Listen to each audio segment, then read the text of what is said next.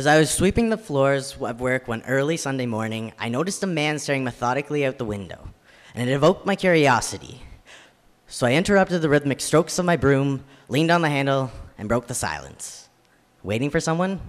Oh, I'd startled him out of his trance. I've been waiting 7 years. He went on to tell me of the time his wife was coming home from visiting her sister. They were to meet at the Home Depot to pick out new kitchen floors. I waited there for so long that day. There was a tremble in his words, so very long. He described how an 18-wheeler can swallow a minivan whole and spit out a chewed-up piece of scrap metal, and how on that day, his heart felt exactly like a crash-shattered rainbow fragment spitting out through the eye holes of his ribcage.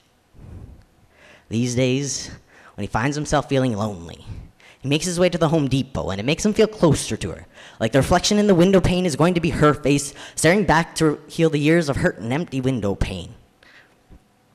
After his story, we made a bit of small talk. Then he told me it was time to go and look at some flooring. As he wandered away and disappeared into the aisles, I felt an outgrowth of pureness from the guts of my soul.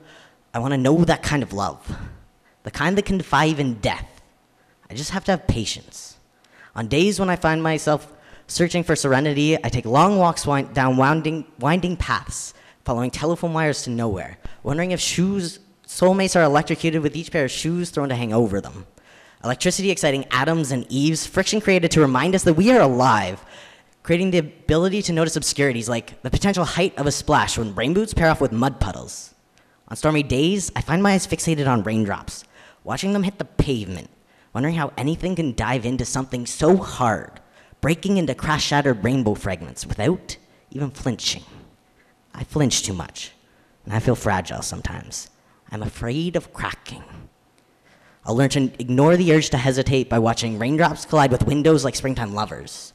I'm watching for the moment two soulmates meet. I'll ready myself for the impact. It's going to be big. So I'll wrap myself with pillows and butterfly kisses to cushion the blow, because something that incredible has got to cause whiplash.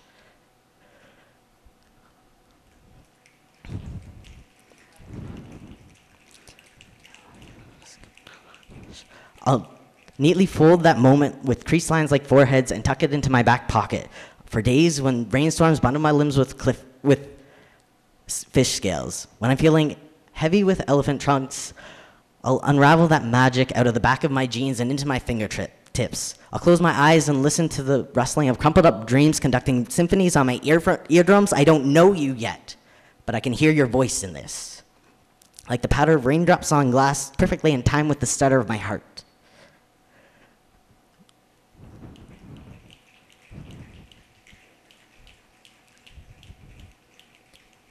I'll watch out windows until I meet you. I'll know it's you on the other side of that pane because I'll feel it in my ribs. The fragment I have beneath my alloy cage will rainbow crash shatter complete itself, and I will outstretch my arm. Goosebumps trembling, asking you to join me on this winding path. Let's walk barefoot, throw our shoes to telephone wires, and see what happens.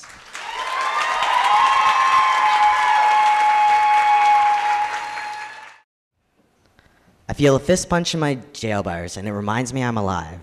I don't quite know what happens, but then an uppercut sends me sky high, and it's got me soaring to the flames of the sun, and I'm sweating now. My hands feel swollen, and my fist punch keeps rat-a-tat-tatting, knocking harder and harder and faster until I can hardly catch my breath.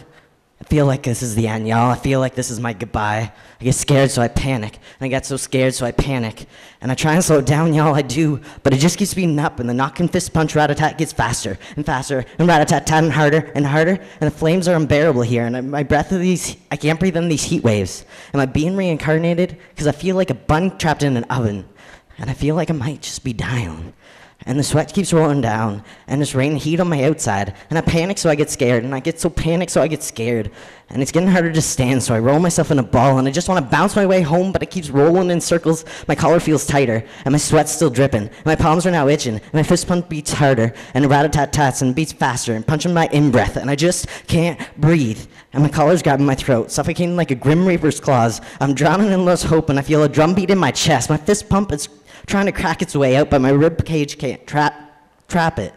I'm trying to hold it in, y'all, but it wants to escape. I keep huffing and puffing, and my rat-a-tat-tat, and my brain just keeps a-buzzing, and everything's louder now, and everything's faster now, and everything's getting faster and louder until it just stops.